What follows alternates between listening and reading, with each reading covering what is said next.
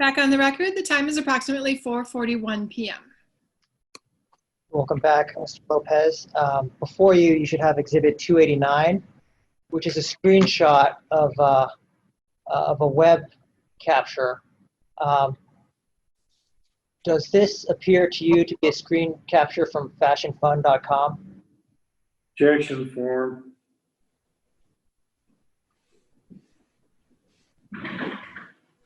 I don't know. It doesn't look like it. Doesn't look like it was Fashion Fun. It could be taken from the initial event. Pardon, you're breaking up a little bit. Okay. I'm sorry. You ask your question. I You want to reread the question? Sure. Before does this appear to you to be a screen capture from fashionfun.com? I can't determine that. It's just all it is a media player. Does Fashion Fun have a media player? No, not that I'm aware of.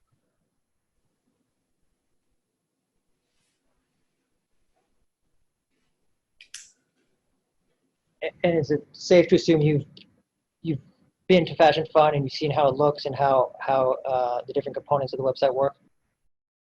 I have not logged in to Fashion Fun lately to say that I know the functionality of Fashion Fun.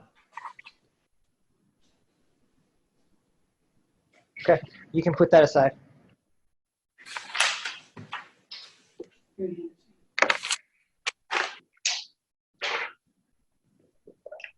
want to turn now to the retailer map. If I use that term, do you know what I'm talking about? Yes. And that would be a map on LuLaRoe's website, which displays some retailers depending on what geography is selected. Displays somewhat? Some retailers, IFRs, depending on which geography area is selected. Is that a fair characteristic? The retailer map was introduced mainly to allow consumers to locate retailers within their residence. Okay, and when was it introduced? I'm going to say probably late 2017, early 2018 is when my team got involved on the development. Okay, well, when your team got involved, was there an already existing retailer map? It was not that I'm aware of. The only map that we had, I'd say, was just it was very clunky. It was just a map with dots. It was just like a Google map. Nothing sophisticated where you could look up an actual retailer.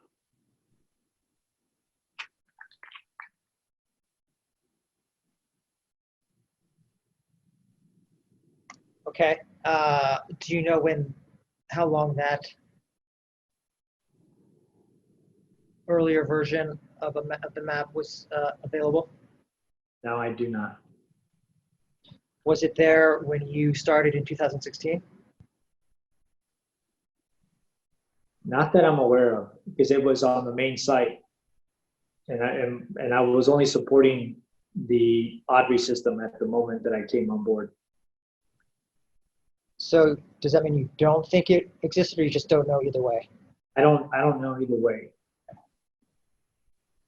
And this earlier map, was it just a map of the entire U.S., or could a user zoom in on a smaller geography? My understanding, it was just the entire U.S. You couldn't zone in to a specific city or state.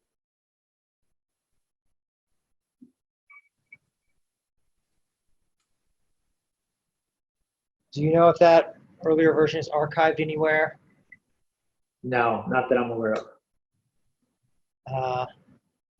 How would you go about, if you wanted to see what it looked like at that time, how would you go about trying to figure that out? I wouldn't know where to start, because it was managed through the marketing site.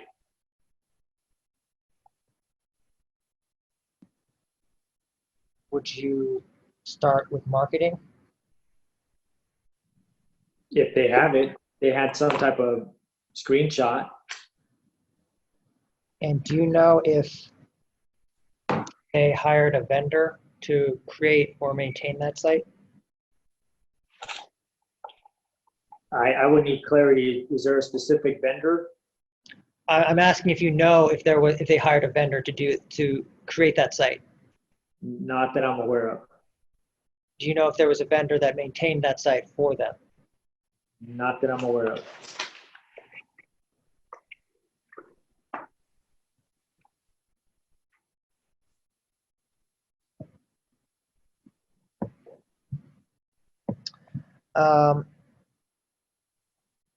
And you mentioned your team got involved in late 2017, maybe early 2018, to change the retailer map.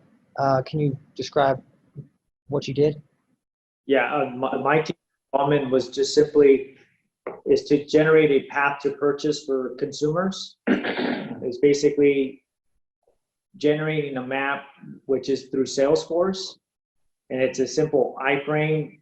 Basically, what that means, it's displayed inside a main website, and all it is that the retailer had to opt in to share their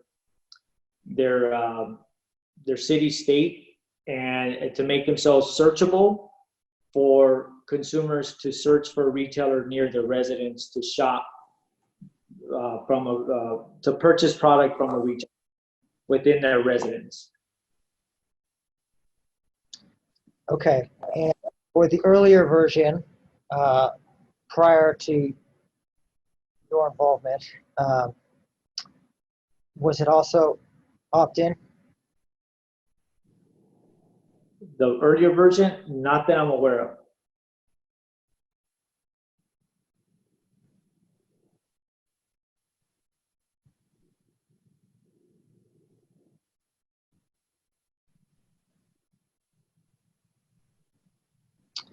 Do you know if LuLaRoe ever worked with a company called Z Maps? That's ZEEMAPS, to work on the retailer map? It sounds like the vendors. I can't recall the vendor name, but to me that sounds like a service. It wasn't a development company. It was just a service that had a map. Okay. What about the term batch geo? Besh? Batch, BATCH, Yeah. geo, GEO, no space, all one word. That doesn't ring a bell to me. Sorry.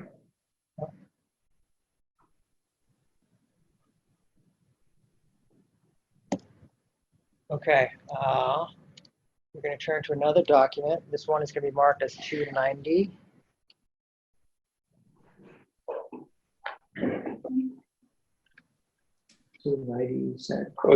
Well, that's just the exhibit number. Oh, okay. He's got to give us the date number. Yeah.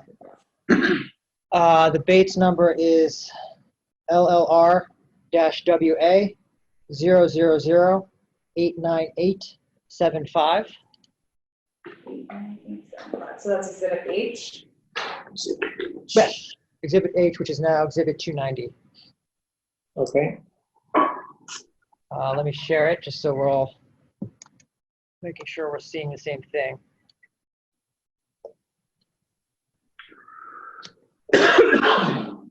Okay, this is an email. You're not on it, but it's an email exchange between LuLaRoe and a company, I believe that's called Rock Tech, R-O-K, Tech, T-E-C-H.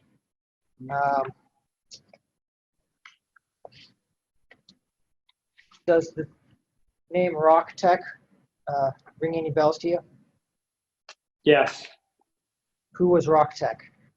that was a vendor that was pitching to marketing to do the map, and we never executed the agreement.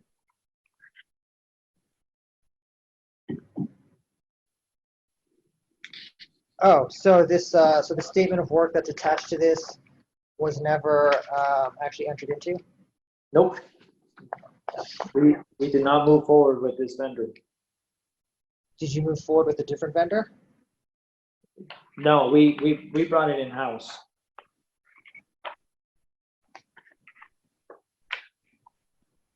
So the map today is managed through Salesforce with my dev team.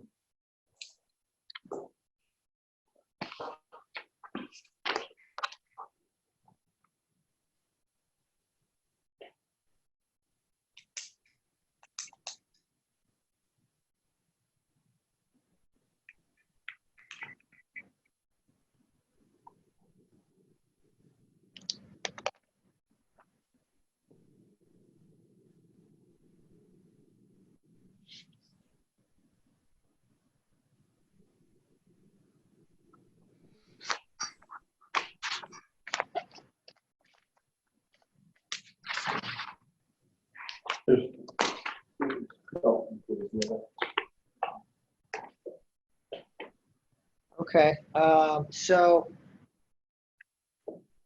when changes are made to, if you want to make a change to the retailer map, how would you do that through Salesforce? Objection form.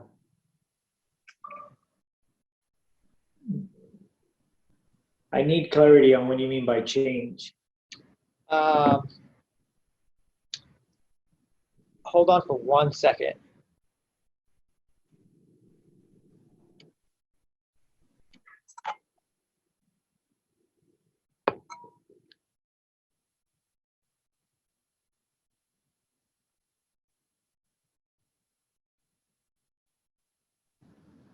So if I wanted to change the way the retailer map looked, could you make those changes through Salesforce?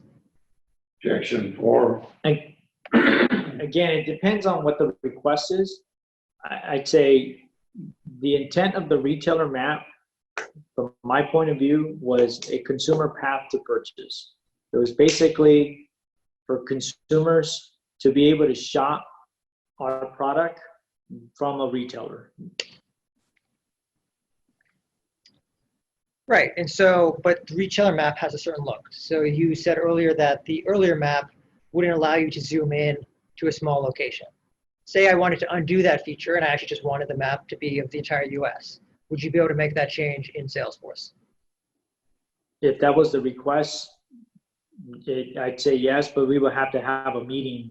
You know, it will be with a stakeholder or product owner from the department, and mainly this will come from marketing on the request, and they will work closely with my project manager or from the dev team to say, okay, here are the changes, and then we can do a test environment and then test it and promote it if that's what the request is. And in that test environment, what does testing it mean? It's just you're developing on a test environment, a sandbox environment. So you're not, it's basically not publicly available. Right, and so what would your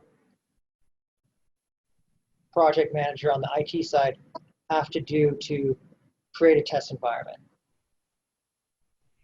Again, it depends on the request. It'll be a requirement list where we could probably create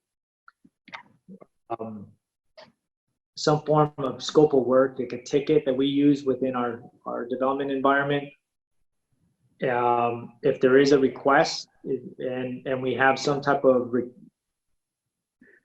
some type of case or ticket, then we can at least review what the request was and what changes were being asked, and then we apply it once we have an approval. Okay, so I have that some of the things necessary would be to test a potential change would be a requirement list, a scope of work, and a ticket number. Anything else required? That's pretty much it, assuming that we follow those steps. And, well, you just said you'd have to test it, so wouldn't you have to follow these steps? Yes. I mean, again, I'm going based on the scenario. Yeah, right. Okay, and so when you, in late 2017, when you took it in-house and updated the retailer map, was it tested? My recollection, yes. I mean, I wasn't the developer, so if it was my team working with marketing, my assumption was it was tested based on the request, and then became promoted to the public site. And so there would have been a requirement list at that time. Not that I'm aware of. I mean, again, I wasn't in the meeting. But if they followed the normal testing procedures, there should be a requirement list. Objection form. Again, depending on the request, I can't say that I can go back and look up this work order for the map.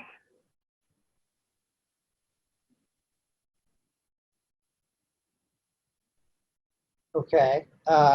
So you're saying that this update to the retailer map was tested, but maybe there was no requirement list. You just don't know either way.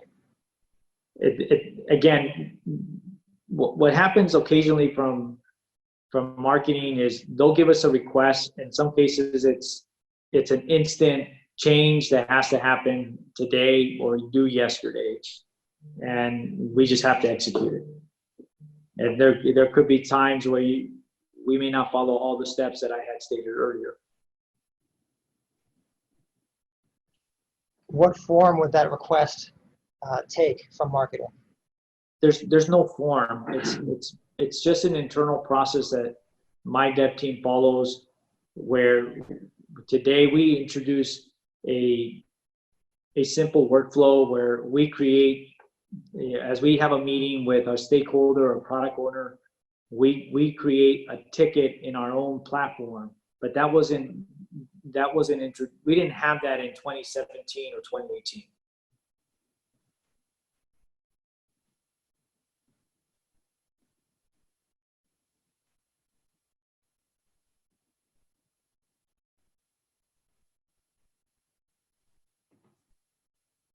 Have you looked for any of these items or requirement list, scope of work, or a ticket number for these changes that were made in 2017? No, because I don't think they exist. Because you don't think what? Exist. Oh, okay. Thank you. Would there be any document that would exist that would reflect a request from marketing to change this retailer map? Objection form. I'd say the only thing that you'll probably get is from emails. And who would be on those emails? Objection form. Just marketing or whoever, and probably my team members.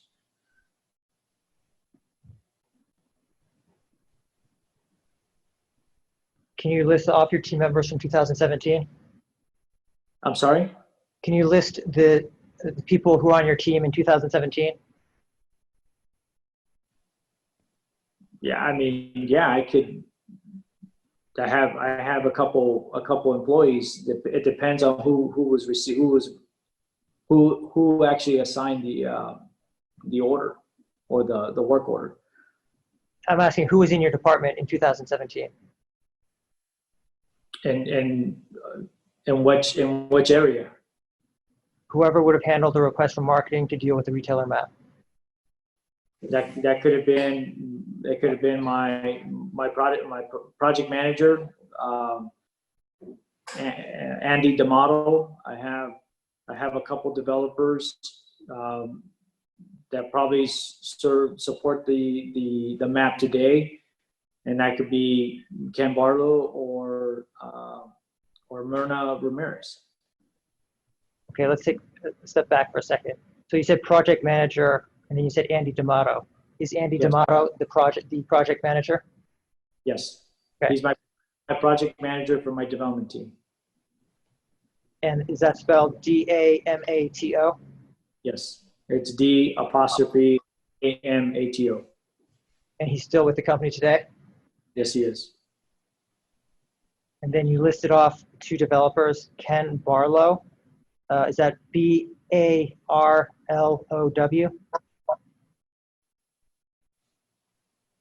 And is Mr. Barlow still with? I'm sorry, I didn't get any answer after you spelled Mr. Barlow's name. Did I spell that correctly? Yes. And is Mr. Barlow still with LuLaRoe? He's no longer a permanent employee. He's what? He's not a permanent employee. Thank you. Does he still have a LuLaRoe email address? I have him as a 1099. So yes, he does have an email address. Okay. And then the other developer you mentioned was Lerna. Is that L? No, I'm sorry, it's Myrna, Myrna, N is in Nancy, and then A is in Apple. And then You're talking over the top of each other quite a bit here. Sorry about that. I don't think we caught Myrna's last name. Remember to hesitate that unnatural beat so that doesn't happen. Think of the question and Ramirez is the last name.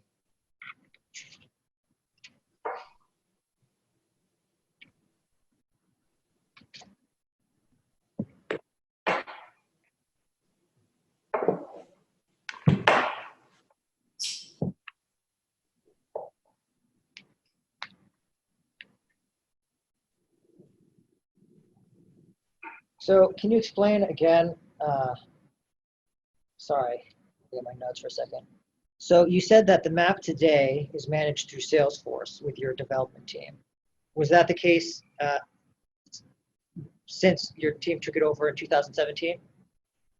Yes, it's through the Salesforce platform. And so does that mean that the retailer data that underlies the map is contained in Salesforce? Yes, but it's still opt-in by the retailer has to opt in order to make themselves visible on the app. And does, go ahead. And again, today's map isn't a physical map. All it is just the consumer can type a zip code and it'll just display retailers within that zip code, that radius. And what is the system that actually generates what is seen on the website? I need clarity. What do you mean by that? Well, does Salesforce, is Salesforce that's displaying the map on the website? objection, misstates prior testimony in form. It's not, I mean, again, Salesforce is it's the platform, it's coding within Salesforce. I'm sure there's another function that displays a map, but I don't know all the components that are tied to display the map. But the coding is within the Salesforce platform.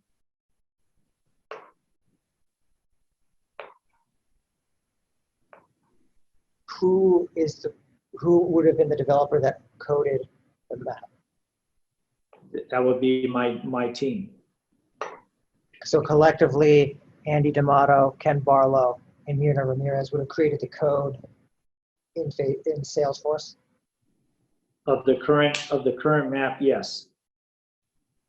And other than the code and the program Salesforce and the data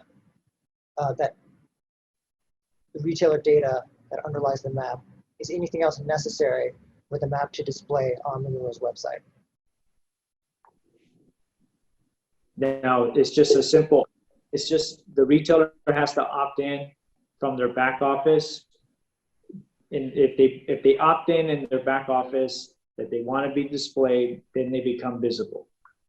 And what we will display from the map is the retailer's information not their home address, just who they are and how they can be reached, meaning via email, a phone number. If they have their website available, they can click on the URL of the retailer's name to display their homepage. And so my question again is, other than Salesforce, the data, and the code, is there anything else that the website uses in generating the map and displaying it? No, not that I'm aware of. When you change code in Salesforce, do you archive whatever you're changing? Good question. I don't know. Like it could be. It depends on storage requirements. And what requirements? Storage requirements.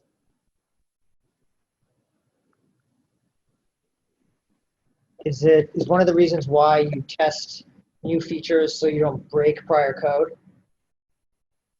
Yeah, in the sandbox environment, yes.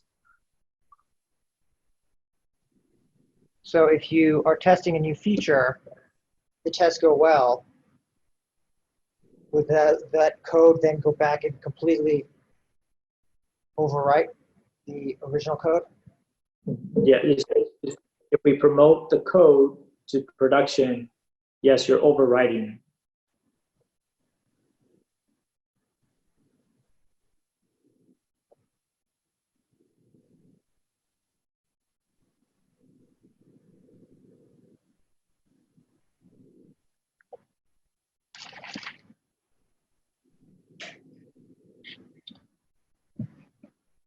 So today,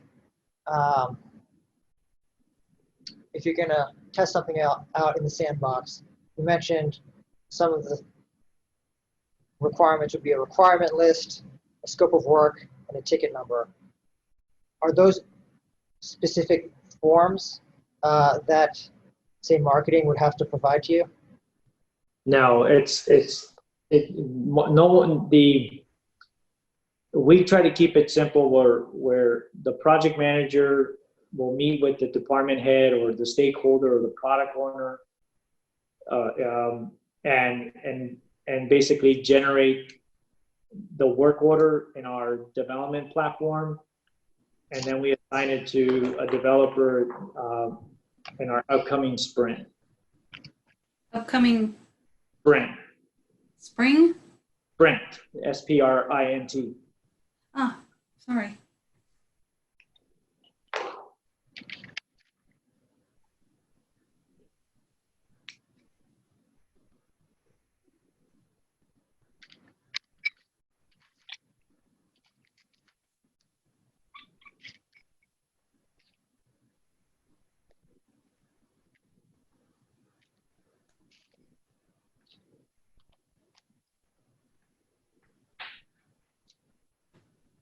Bill, if you have exhibits 49 and 172 handy from this morning, those are the two I'd like to show Mr. Lopez next. 49 and 170.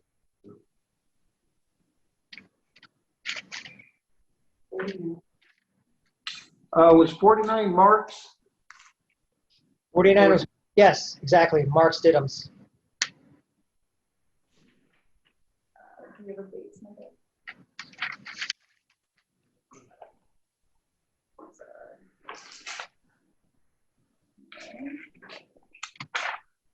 You have maps in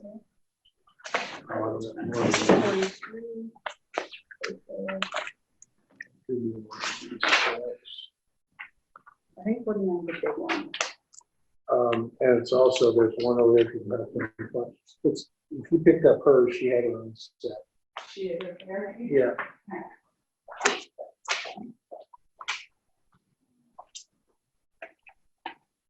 Here, it's this.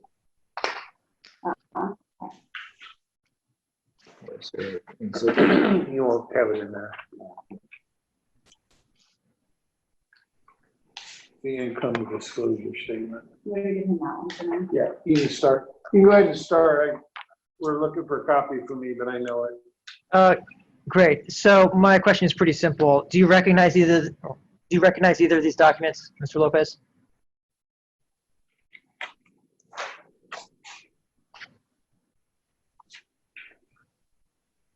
I don't. Okay, so if you look at Exhibit 49, you'll see in the bottom, it kind of displays the URL that this was printed from as being from LuLaRoe.com. Does that indicate to you that this was available on LuLaRoe's website? Objection form, foundation. Yes, that's the main website. LuLaRoe.com is the main website. Do you know if Exhibit 172 was ever available on LuLaRoe's website?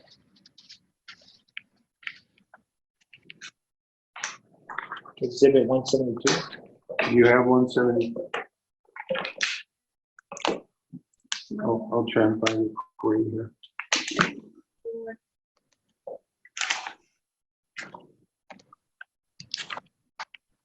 Do you have a copy of series have? This one, Bill. No, And thank is you. it not a no or It's an old exhibit 172. But series, you know, her no? stuff. It's here. 176. 172. And then 172. Here we go. Okay. So, Mr. Lopez, do you know if Exhibit 172 has ever been available on LuLaRoe's website?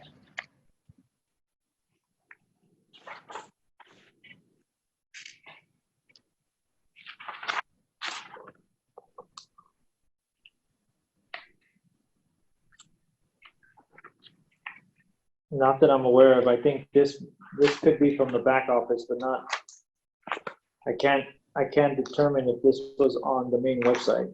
He's asking just whether you know as you sit here today. No.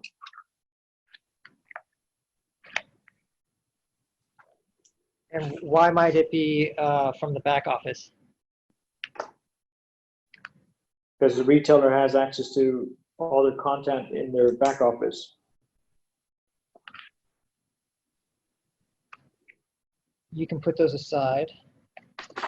I want to go back to something we actually started with today when we were talking about the various deposition topics in that first list I showed you. And you were talking about your definition of swapping and how, in your mind, swapping means wholesale transfers between IFRs. How might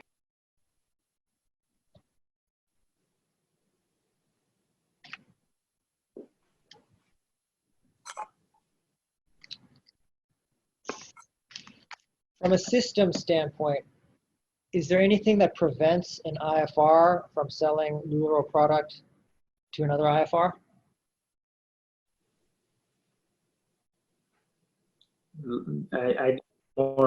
Can you refine your question? Just trying to understand. I'm trying to understand the question you're asking. So let's take Bless, for example. Is there anything in Bless that would prevent an IFR from selling clothes to another IFR? No, I mean, if the inventory is available for that IFR to sell as a transfer, there's nothing preventing it if it's made available to that retailer. And that transaction would count as a sale, as a retail sale, right? Objection form. It would be captured as a wholesale sale.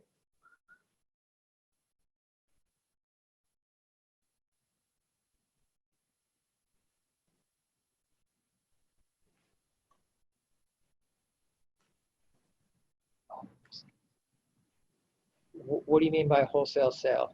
I thought only LuLaRoe sells at wholesale. Yes, from retailers can purchase from us at wholesale, but a wholesale transfer, we don't capture that as a retail sale. Right, so that was what we just talked about for a wholesale transfer, but could an IFR also sell an item through, could an IFR treat another IFR as a retail customer and sell to them as a retail customer? If the retailer wants to be, if the retailer purchases as a customer, then sales taxes are applied to the order. He's asking, is it possible? Can a retailer buy from another retailer under the current point of sale? As a customer. Yeah. As a customer, yes.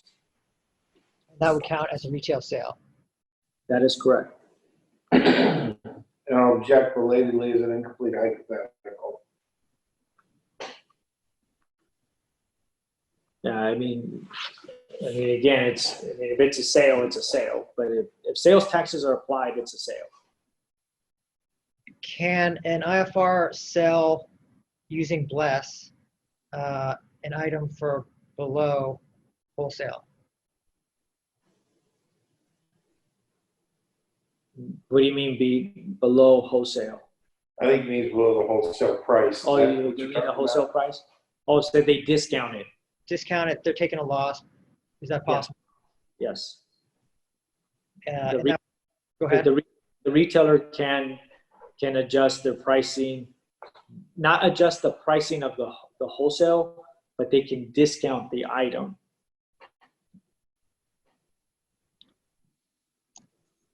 Can they discount it all the way to zero and have it sold through Bless at a price of zero? Yes, at 100% discount. And that would still be recorded as a retail sale? It will be recorded as a retail sale as 100% discount, but then the use tax is applied to the retailer. The retailer has to pay those taxes at the end of the year.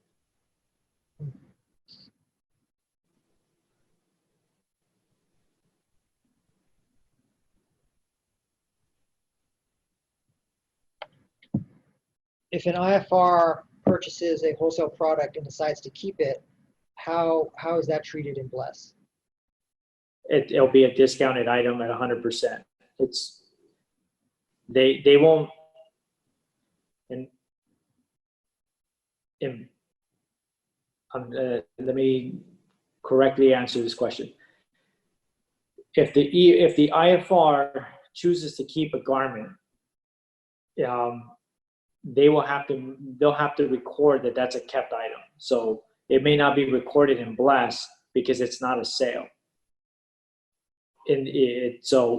But if they give it away, they will process it as 100% discount. Could they also record or process something they keep for themselves for personal use as a 100% discounted item?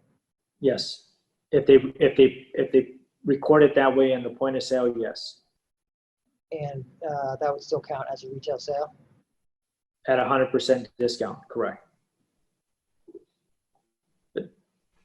Is there any other way, other than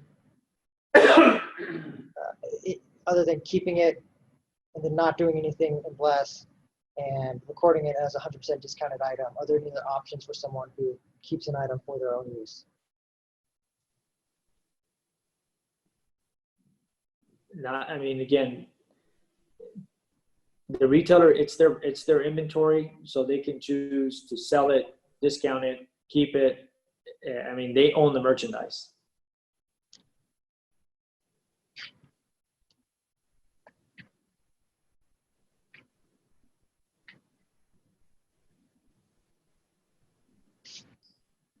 Do you know what the term supply store refers to? Yes, And what is it? it's a promotion supply store that marketing has for kind of, basically it's branded items like water bottles, tchotchkes, It's a storefront for IFRs to purchase any branded items to promote their business.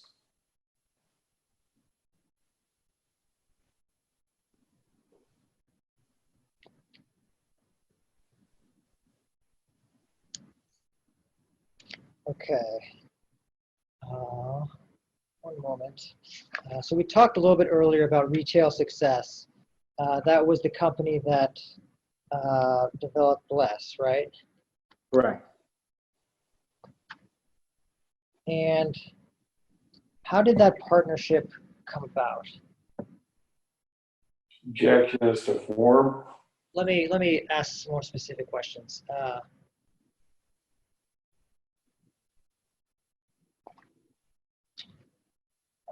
If you would turn to tab J, Bates numbers are LLR-WA 0009038. It's probably in the middle of your stack. Yeah. And I'm marking this as exhibit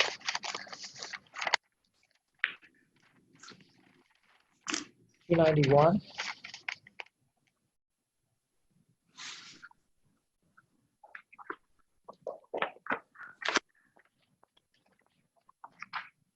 So this is an email that you are not on. It's from May of 2017. It involves Retail Success and some folks at LuLaRoe attaching a spreadsheet from Retail Success. My question for you is, have you ever seen this spreadsheet? Or sorry, not spreadsheet, this presentation, this PowerPoint?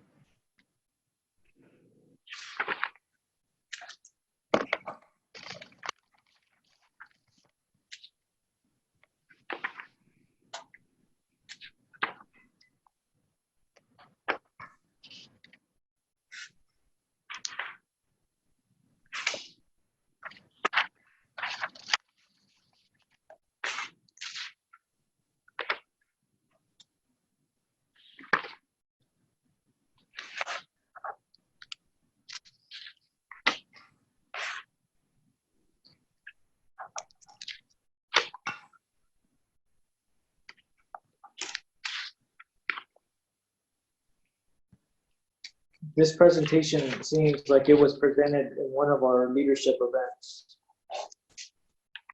And when you say leadership events, do you mean leadership, the leaders of LuLaRoe, or I know there's also leadership conventions for IFRs? It's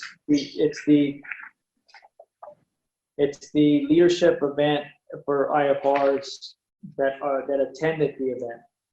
I see. So this was, what makes you think this was presented to IFRs? Because I think that just by looking at this presentation, it's targeted to the retailer.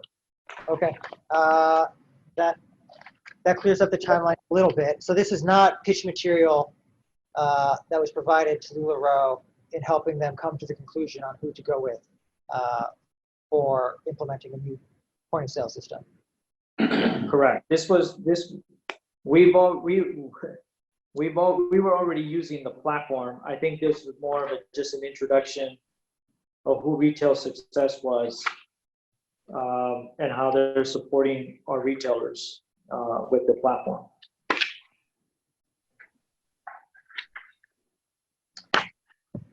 Right. So this was circulated in May of 2017, but Bless had been in use since early in 2017, right? Correct. Did we mark this as exhibit, Joe?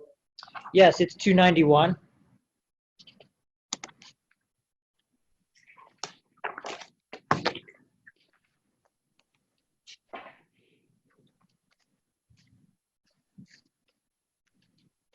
Okay, let's move on to what will be marked as 292.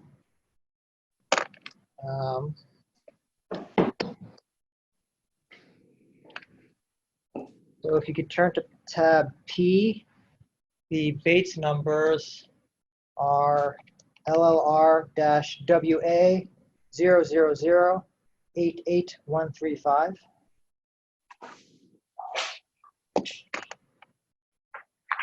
Is that T? E. E? E? Oh, E as in Eric? He is in Paul. Yeah, see, that's what I'm like, I'm like looking for T and I'm looking for E and I can't find it. Okay, I can't report that. I'm just gonna put that you're off the record. So I've also displayed it so we can all make sure we're looking at the same document. So take a look at this. I want to talk about page 3, Bates number 88137, where technology and the legal compliance show up in the meeting notes. Yeah, give me just a minute. I may assert a belated objection on attorney-client on this. I need to look at it.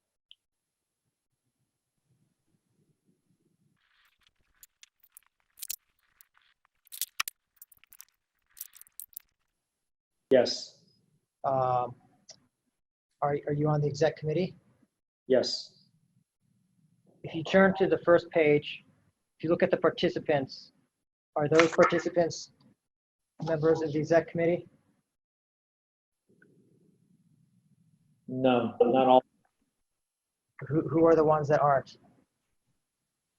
Jordan's not an executive. Austin's not an executive. Bob, I'd say, oh, that's Bob Lowe. Lauren, who was the marketing sales, he just retired. So the only ones that are not, I don't see I think Michael, Jordan, and Austin are not, and Kenny are not executive. They're in the meetings, but I don't know if they're considered executive or not. They just have their own title.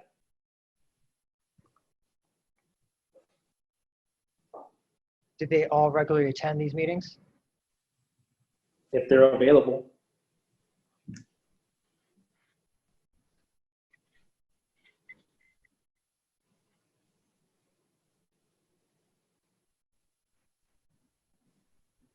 And so when you say they have their own title, are you saying that their title doesn't have the word executive in it? Correct. I mean, my title is the technology officer. It doesn't say executive, it just says CTO.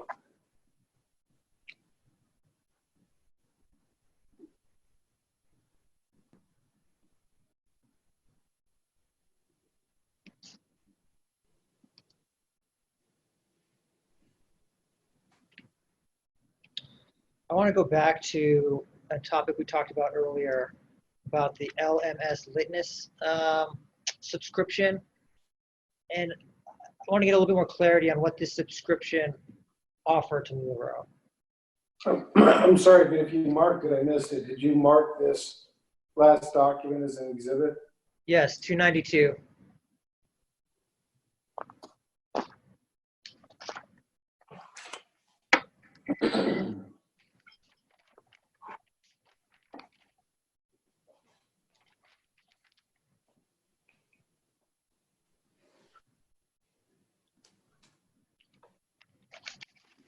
So the question is, what did LTM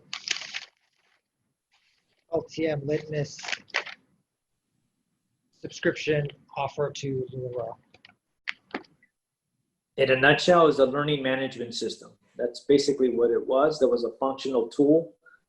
The intent was to provide video content with a training material that retailers can log in and go through a curriculum and then get an acknowledgement that that retailer did indeed watch the video or went through the steps. Not knowing the functionality, the details, my understanding was we weren't getting many users or retailers logging into the platform. Also, the video content wasn't updated. And I mean, it was an expense that I decided to end the agreement mainly for cost savings. because it was not being utilized. And so it sounds like the subscription allowed or provided data regarding how IFRs were or were not using this tool. Assuming that it was capturing that data. I never logged into it. My understanding was when we subscribed to the platform, it was for limited users to be able to log in. But again, the content had to be made available for retailers to log in and watch the video. As to the data that was being captured, I don't know. Well, so, but you did say that you based your decision on the data showing that not many people were using it. Was that what I heard? You did hear that correctly. I didn't own the data. It was just more of, I was asking the stakeholders that were using the platform, can you share with me what how it's being used? Are we using it? And it basically, the acknowledgement wasn't, the responses were that they couldn't determine if they were watching it or not. So I just said, then I'd rather save the money. Who were the stakeholders that you discussed this with? It was with the marketing team. And so the marketing team said, we can't tell if they're using it? Correct.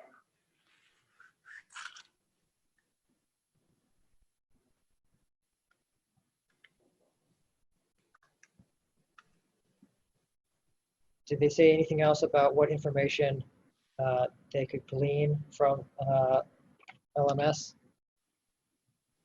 No. Who in marketing did you talk with about this?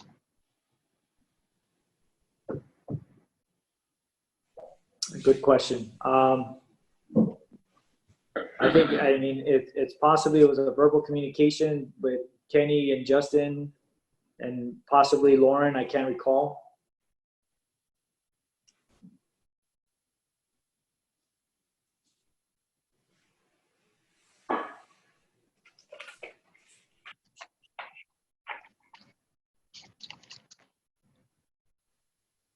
Give me just 1 minute. Let me confer with my colleague. I'm pretty close to wrapping up. Okay. Get some fresh air and wake up good. All right. Going off the record, the time is approximately 5:50 p.m. Back on the record, the time is approximately 6:07 p.m. Welcome back, Mr. Lopez. And we have a few wrap-up questions. In connection with this case, have you or anyone on your team been asked to help with collecting documents from LuLaRoe? No. I think that's all on our end. Bill, witness is yours if you have any questions. If not, thank you so much for your time. Mr. Lopez. Let me look real quick. And then you said something earlier in response to some questioning about the map, that the map's not a map. If you plug in, if you go in now and plug in your own, say, zip code, what will come up on the screen? Just retailer information of that zip code within the radius. How are those retailers that come up, how are they generated? It's random. It's whoever's opted in will be displayed on the map to be visible. But it'll be displayed randomly? Yes. There's no favoritism. No preference. Yes, exactly. Okay, that's all I had. So that spawned a few questions on my end. To follow up on going to the map question, I've heard of this feature that randomizes who shows up. Is that called like a roulette feature? Is that the term that's been used at LuLaRoe? I never heard the term roulette. I mean, again, it just displays the retailers within that residence. There's no order to show the closest retailer within that radius is the first one to come up. And was that randomization a feature of this retailer map since your team first revised it in 2017? I don't believe so. I think at the early stages, it was just the way it was developed was to display the retailer. I don't think there was a request to say that it had to be this retailer comes first. I think it was just whatever the code was able to distribute, it would display the name of the retailer. So when was this randomization feature implemented? I don't think it's a feature. I think it's just within the code. I see. So it's just by plan or just happenstance, it's random, and it's been that way since the map was updated in 2017. That's my understanding. Again, I wasn't the developer of the map.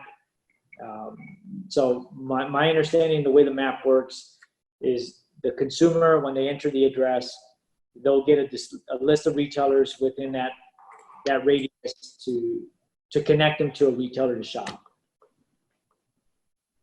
Okay. Those are all the follow-up questions I had. I don't have any. This concludes the 30B6 deposition of Guillermo Lopez. The time is approximately 6:15 p.m. Going off the record. Thank you.